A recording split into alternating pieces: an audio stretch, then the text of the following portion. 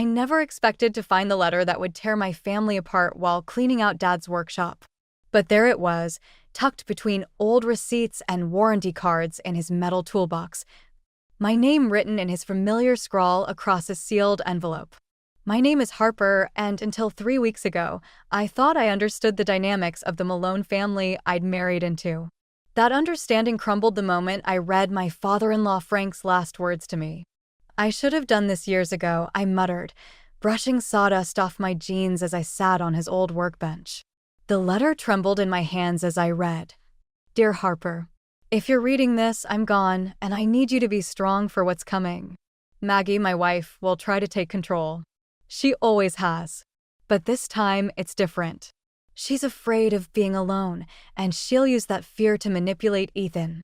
Don't let her destroy what you and my son have built. Watch over them both. You're the only one who can keep this family together now. Love, Dad." The paper crinkled in my grip as I fought back tears. Frank had passed away just 2 weeks ago, and already his predictions were coming true. Maggie had been dropping by daily, calling Ethan at all hours, and making comments about how empty her house felt. "Harper? You still in there?" Ethan's voice echoed through the garage. I quickly folded the letter and slipped it into my pocket. "Yeah, just finishing up," I called back, my voice steadier than I felt. Ethan appeared in the doorway, his dark hair disheveled from running his hands through it, a nervous habit he'd picked up since his father's death. "Mom's here. She wants to talk to us about something important." Of course she was. She always seemed to show up when I was trying to process things. "I'll be right there," I said, forcing a smile. Inside, Maggie sat at our kitchen table, perfectly put together as always in her cream blazer and pearl earrings. The only sign of her supposed grief was the slight tremor in her hands as she clutched her teacup. "Harper, dear," she said, her voice honey-sweet but her eyes sharp. "I've been thinking about what's best for everyone, and I simply can't stay in that big house all alone." My stomach dropped. I glanced at Ethan, who was studying the floor tiles like they held the secrets of the universe. "I've decided to sell the house," Maggie continued. "And I thought, wouldn't it be lovely if I moved in here? Just temporarily, of course." The word temporarily hung in the air like a storm cloud. Frank's letter burned in my pocket. "Mom," Ethan started, finally looking up. That's a big decision. Maybe we should take some time to—" "Oh, darling," Maggie interrupted, tears welling in her eyes. "Your father would have wanted us to stay together as a family.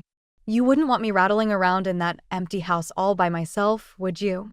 I watched my husband's resolve crumble under his mother's practiced guilt trip. "No, of course not," he mumbled. "Excellent." Maggie brightened immediately. "Jenna's already offered to help me pack. We can start moving things this weekend." As Maggie laid out her plans, I felt the walls of my home, my safe space, beginning to close in. Frank's words echoed in my mind, "Watch over them both."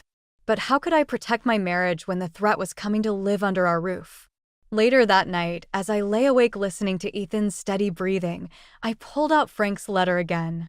In the dim light from the window, one line stood out: "You're the only one who can keep this family together now." I just wished he'd told me how. It took exactly 3 days for my life to become a carefully choreographed dance around Maggie's feelings. I'd wake up early to work in my home office, only to find her already in the kitchen, rearranging my cabinets because that's how Ethan grew up with them. I'd been staring at my computer screen for an hour, trying to focus on a client's logo design, when the sound of Maggie's voice drifted through the walls. Again.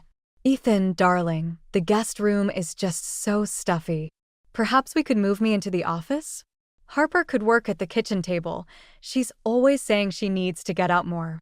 I yanked my headphones off just as Ethan's reply came, too soft to hear. Classic Ethan, probably mumbling some noncommittal response.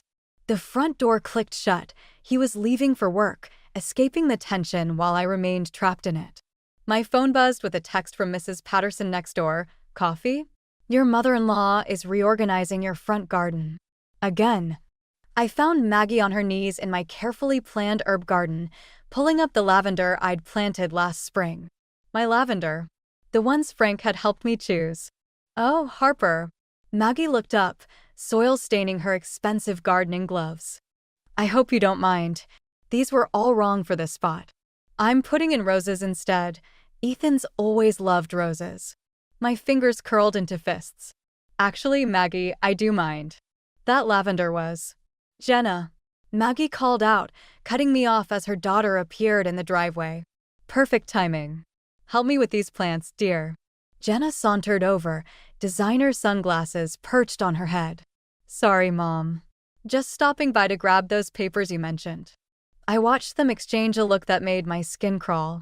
What papers? Oh, nothing important, Maggie waved dismissively. Just some things your father left behind, Jenna. Harper, would you be a dear and make us some tea? In my own house. In my own garden. I turned without a word and went inside, but instead of heading to the kitchen, I slipped into the garage. Something about their exchange felt off, and Frank's letter had taught me to trust my instincts. I pressed my ear to the door leading to the garden. The house should sell quickly, Jenna was saying. The market's hot right now. Perfect. Once it's sold, we can. Maggie's voice dropped lower. But what about Harper? Jenna asked. She's not going to like. Harper doesn't need to concern herself with family matters, Maggie replied sharply. Besides, Ethan will understand. He always does. My hands shook as I pushed away from the door. Family matters? I was family. I'd been family for 6 years, but somehow I was still an outsider looking in. That evening, I tried to talk to Ethan about it over dinner. Maggie had gone to her book club, the only 2 hours of peace we got anymore. I think your mom and Jenna are planning something with the house, I said, pushing my food around my plate. Ethan sighed. Harper, please. Mom's still grieving. Can we not do this tonight? When should we do it then? When she's completely taken over our lives. The words burst out before I could stop them. She's my mother, he said quietly. What am I supposed to do? You're supposed to be my husband first. The silence that followed was deafening. Ethan stared at his plate, his fork suspended midair. Before he could respond, the front door opened and Maggie's voice rang out. I'm home early. I brought dessert. I stood up so quickly my chair scraped against the floor. I need some air. As I walked past Maggie, I caught a glimpse of something falling from her purse, a real estate agent's business card. She snatched it up quickly, but not before I saw the handwritten note on the back, offer accepted. That night, I lay awake again, Frank's words echoing in my mind. Keep the family together, he'd said. But how could I keep together something that was already breaking apart? I needed proof. And I knew exactly where to look for it. Frank's study at the old house, where he kept everything. Tomorrow, while Maggie was at her hair appointment, I would find out exactly what she and Jenna were planning. I just hoped I was ready for whatever truth I might discover. The key to Frank's study felt like it was burning a hole in my pocket as I pulled into the driveway of his, now Maggie's, house. I'd kept the spare key all these years, using it to water plants when they traveled. Now I was using it to break in. Technically. My hands trembled as I unlocked the door. The house still smelled like Frank's pipe tobacco and furniture polish. Maggie's hair appointment gave me 2 hours, tops. I made my way to his study, where morning light filtered through dusty blinds. Everything was exactly as he'd left it, except for the filing cabinet. The drawers hung open, papers scattered across the floor. Someone had been searching for something. I started with his desk, rifling through drawers until I found a leather-bound book wedged in the back. Frank's diary. I'd seen him writing in it countless times, usually after family arguments. The first entry I opened made my blood run cold. Maggie's done it again. Pushed away another of Ethan's girlfriends. Sarah was a sweet girl, but Maggie convinced Ethan she was using him for his money. The real crime? Sarah stood up to Maggie about her constant meddling. I should say something, but... Footsteps creaked overhead. I froze. Harper's car is outside. Jenna's voice drifted down. Perfect timing, Maggie replied. We need to deal with this now. I scrambled to take photos of the diary pages with my phone, heart pounding. The footsteps grew closer. Harper. Maggie's voice rang out from the hallway. What a surprise to find you here. I shoved the diary back into the drawer and spun around. Maggie stood in the doorway, Jenna hovering behind her. Both were dressed for lunch, not a hair appointment in sight. I gestured vaguely at the mess of papers. Helping clean up. How thoughtful. Maggie's smile didn't reach her eyes. Though I do wonder why you didn't ask first. This is my house now, after all. Is it? The words slipped out before I could stop them. Because I saw the real estate agent's card. You're selling it, aren't you? Without telling Ethan. Jenna stepped forward. It's complicated, Harper. You wouldn't understand. I understand perfectly, I cut her off. You're selling the house and splitting the money while leaving Maggie to live with us permanently. Did I miss anything? You're upset, Maggie said softly, moving closer. Grief makes us all a bit paranoid sometimes. Why don't we discuss this over tea? Stop it, I snapped. Stop pretending you care about my feelings when you're plotting behind my back. Behind your own son's back. Everything I do is for Ethan, Maggie's voice hardened. He needs his family close. He needs his mother. You're just temporary. The word hit like a slap. We've been married for 6 years. And I've been his mother for 34. Maggie smiled. Who do you think he'll choose when he finds out you've been sneaking around, going through his dead father's things? My phone felt heavy in my pocket, the diary photos my only proof. But Maggie was right. Ethan would hate that I'd come here without telling him. You can't manipulate people forever, I said, trying to keep my voice steady. Frank saw right through you. That's why he warned me. Warned you. Maggie's eyes narrowed. What are you talking about? I'd said too much. Nothing. I should go. Show me, Maggie demanded, blocking the doorway. Show me what Frank gave you. Mom, Jenna touched her arm. Maybe we should. Stay out of this. Maggie snapped. Well, Harper? What did my husband say about me? I pushed past them both, nearly running for the front door. Behind me, Maggie called out, You can't protect him from me, Harper. Ethan will always choose his family. I am his family. I shouted back, but the only response was the sound of my own footsteps on the porch steps. In my car, hands shaking on the steering wheel, I pulled out my phone. The diary photos were there, along with Frank's letter at home. Proof of everything. But Maggie was right about one thing. Who would Ethan believe? His grieving mother or his paranoid wife? I started the car, Frank's words echoing in my head. Watch over them both. I just hadn't realized how much I'd be risking to do it. I sat in my car outside Mrs. Patterson's house for 20 minutes, clutching my phone with the diary photos, before I finally worked up the courage to go inside. She opened the door before I could knock, concern etched on her face. I saw what happened at the house, she said, ushering me in. That woman's been trouble since the day Frank married her. The familiar scent of coffee and cinnamon filled her kitchen, a stark contrast to the tension suffocating my own home. You knew Frank before Maggie? Mrs. Patterson set 2 mugs on the table. 30 years of watching that family. Frank was a good man who made one bad choice, letting Maggie control everything. My phone buzzed. Ethan, Mom says you broke into the house? We need to talk. Of course she'd beaten me to it. I switched off my phone. Show me what you found, Mrs. Patterson said quietly. I pulled up the diary photos. As she read, her expression darkened. There's more, she said finally. Frank came to see me the day before he died. He was going to change his will. My coffee went cold as she told me everything. How Frank had discovered Maggie's secret account, filled with money she'd been siphoning from their savings for years. How he'd planned to protect Ethan's inheritance. How he died before he could sign the new documents. That's why they're rushing to sell the house, I whispered. Before anyone can look too closely at the finances. The front door chimed. Mrs. Patterson tensed. That'll be Ethan. I called him. You what? He needs to see this, Harper. All of it.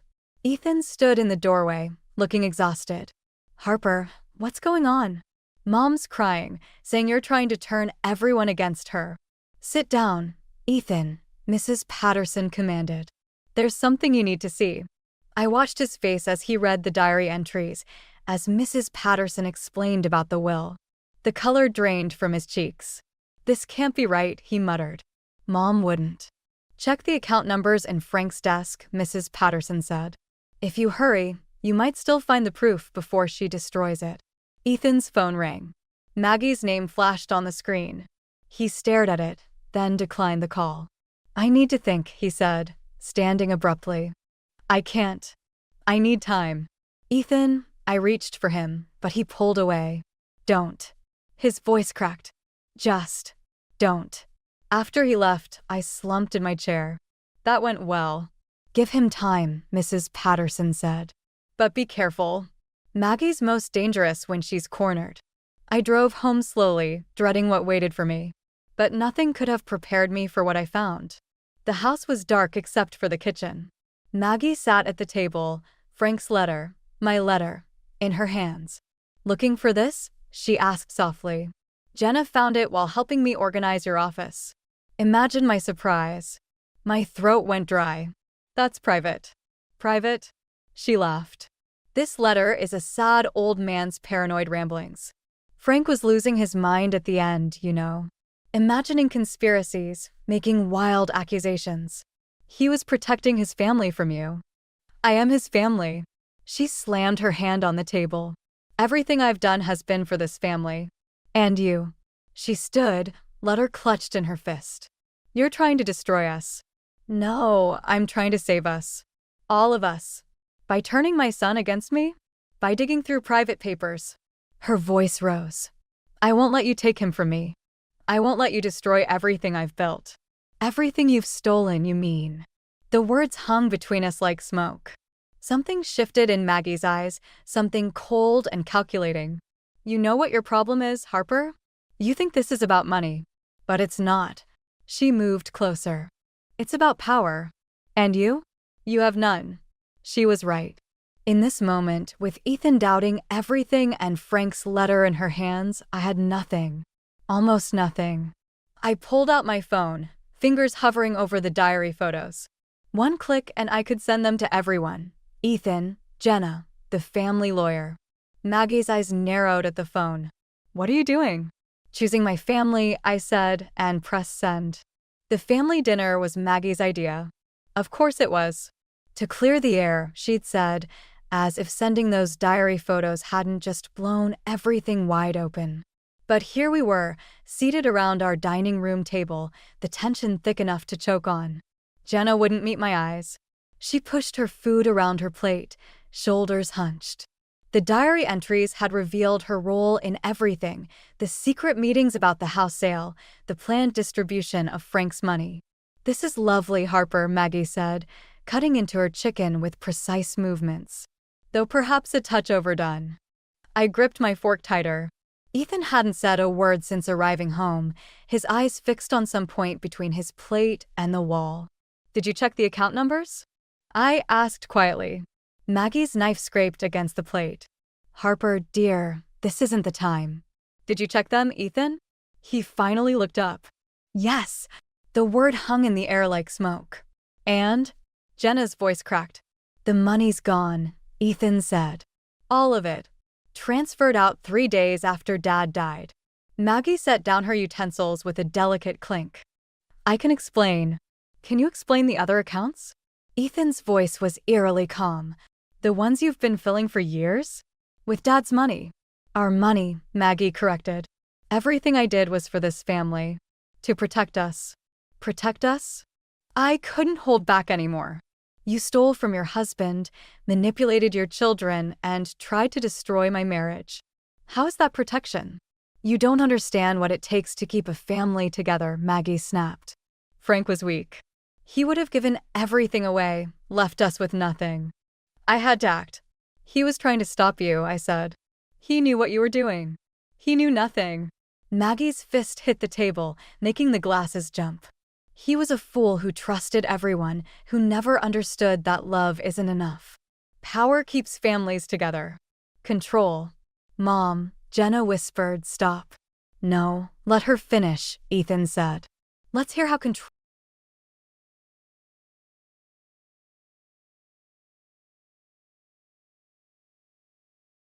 with these ridiculous accusations.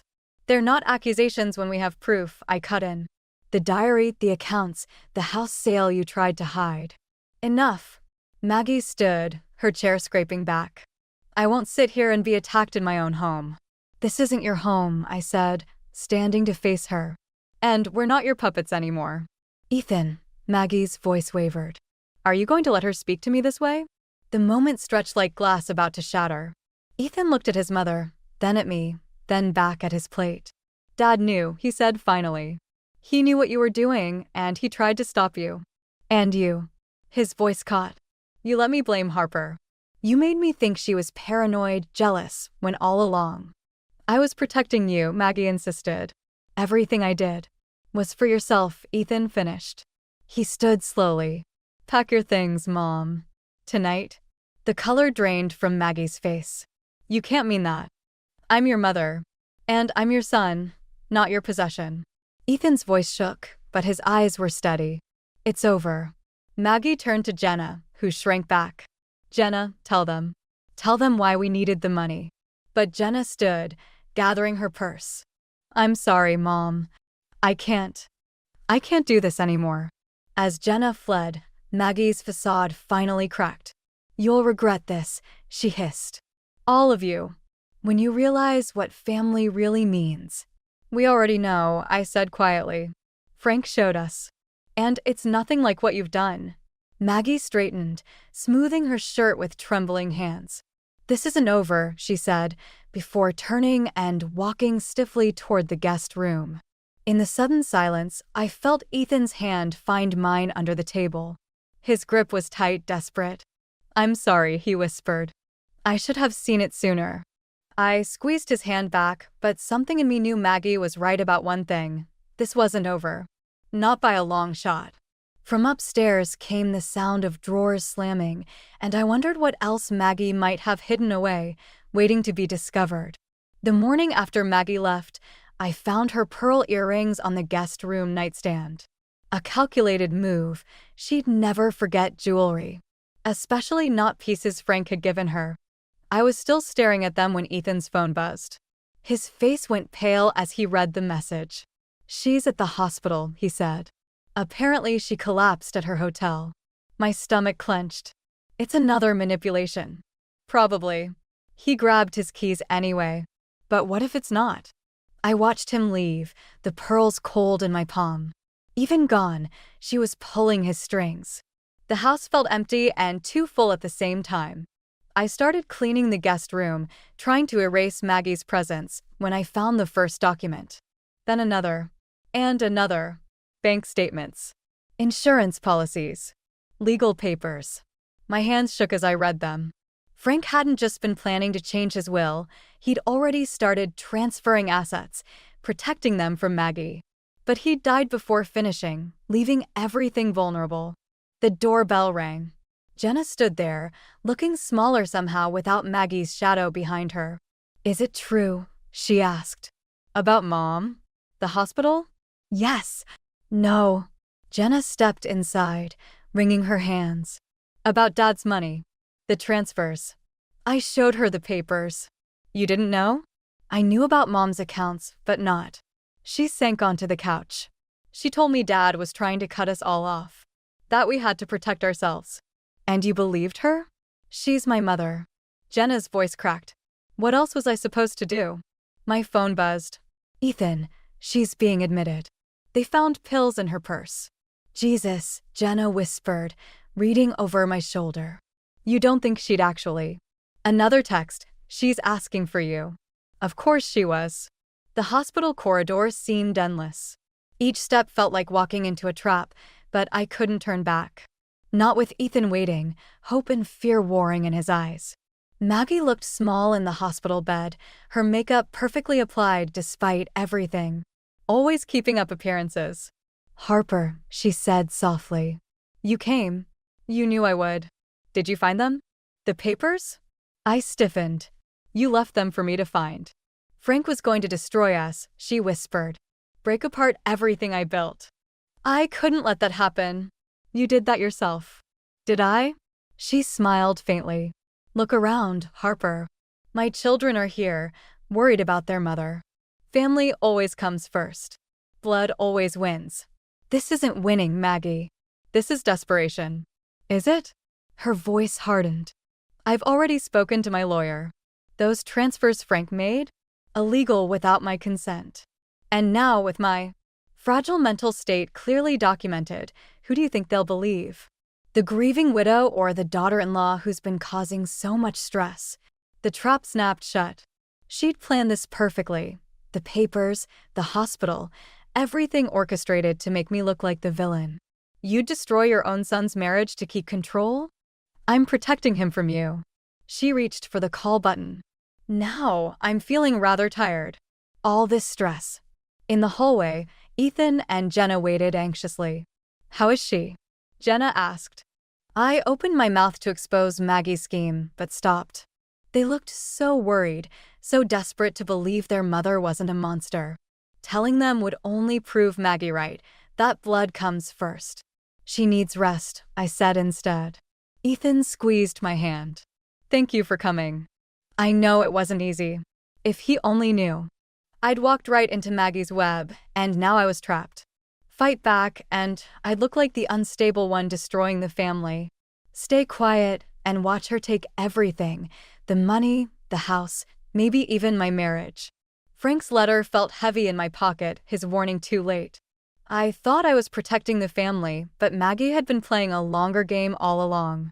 As we left the hospital, I caught her watching from the window, her smile reflected in the glass. She'd won this round. But the game wasn't over. Not yet. The last place I expected to find answers was in Frank's garden. But there I was, pulling weeds from around his prized roses, when my trowel hit something solid.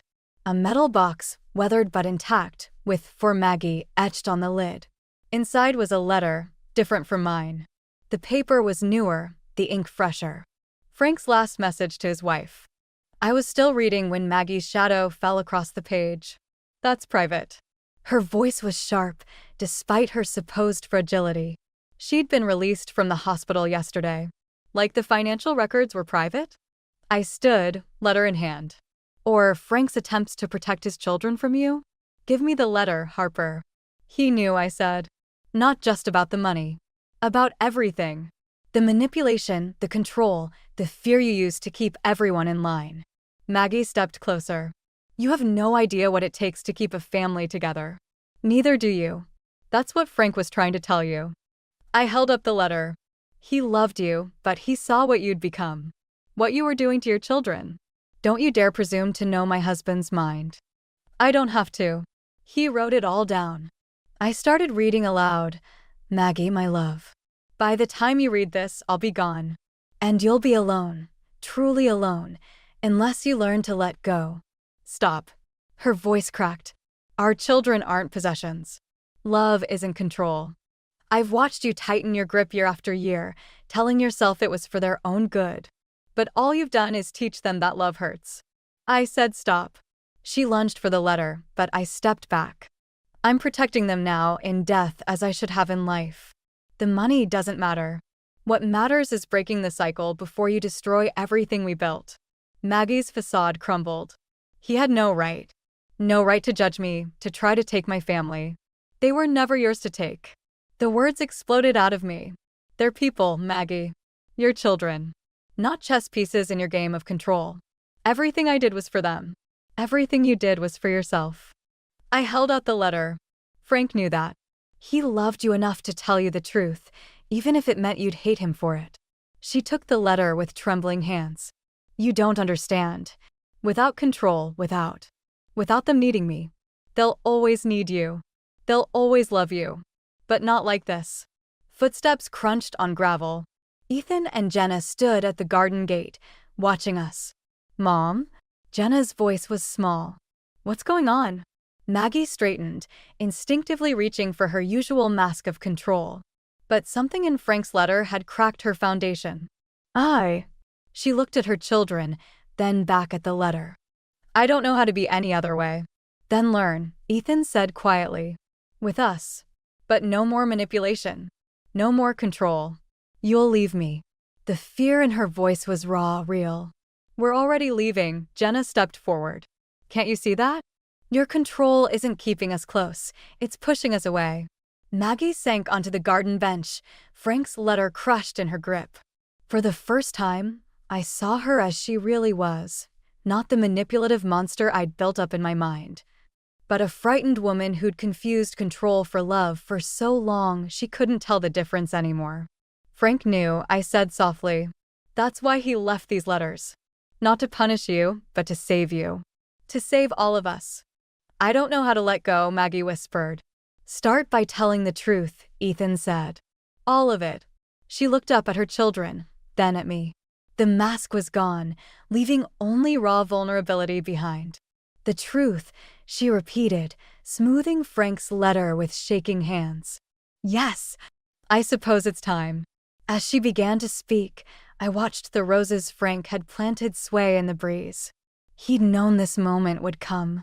Known that truth, like his beloved flowers, needed both sunshine and rain to grow. The war wasn't over, but the battlefield had shifted. And in Frank's garden, surrounded by his legacy of love, we took the first steps toward healing. 6 months after finding Frank's last letter, I stood in his garden again. The roses were blooming despite everything. Maybe because of everything. Maggie's therapy sessions had become weekly rituals, followed by careful conversations over coffee. Not in our house, we all agreed those boundaries needed to stay firm, but in neutral territory, where the weight of history felt lighter. The roses need pruning, Maggie said, joining me by the flower beds. She didn't try to take over, didn't reach for the shears. Progress. I know, I replied.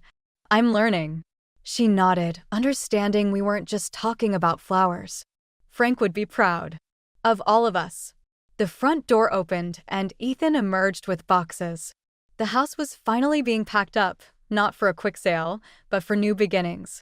Jenna had decided to move in, to make it her home while Maggie transitioned to a smaller place nearby.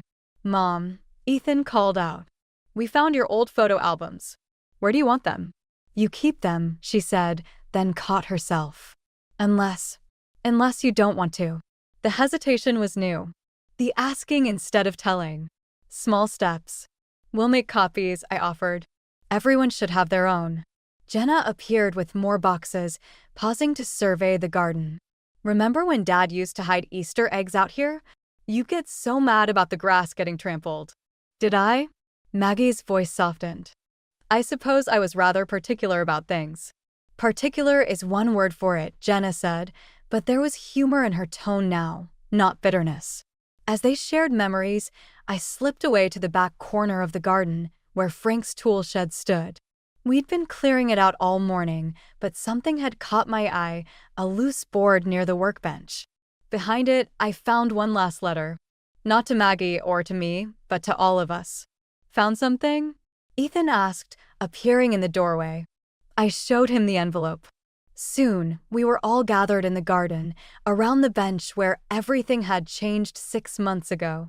To my family, I read, if you're reading this, you've either finally cleaned the shed, about time, or you've learned what I always knew, that love is stronger than fear, truth more powerful than control.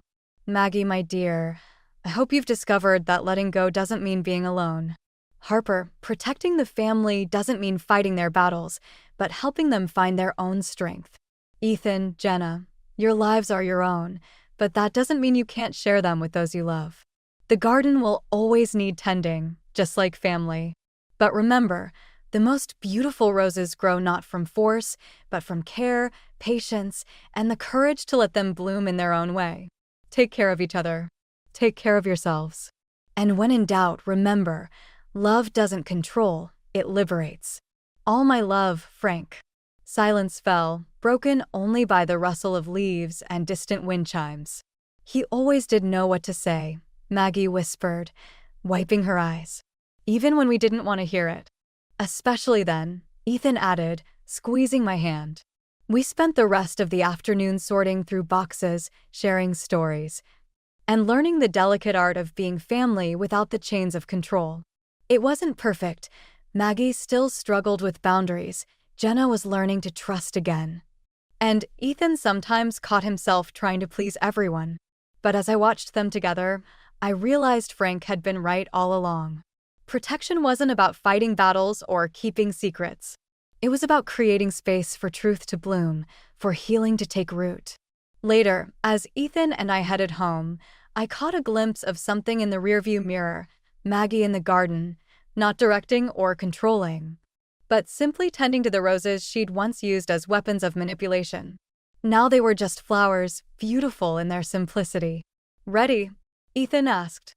I thought about Frank's letters, about battles fought and wounds healed, about the difference between controlling love and setting it free. "Yes," I said. "I think we all are." The garden would need tending tomorrow, and the day after that. But now we knew, the most important growth happens not in spite of the storms, but because of them.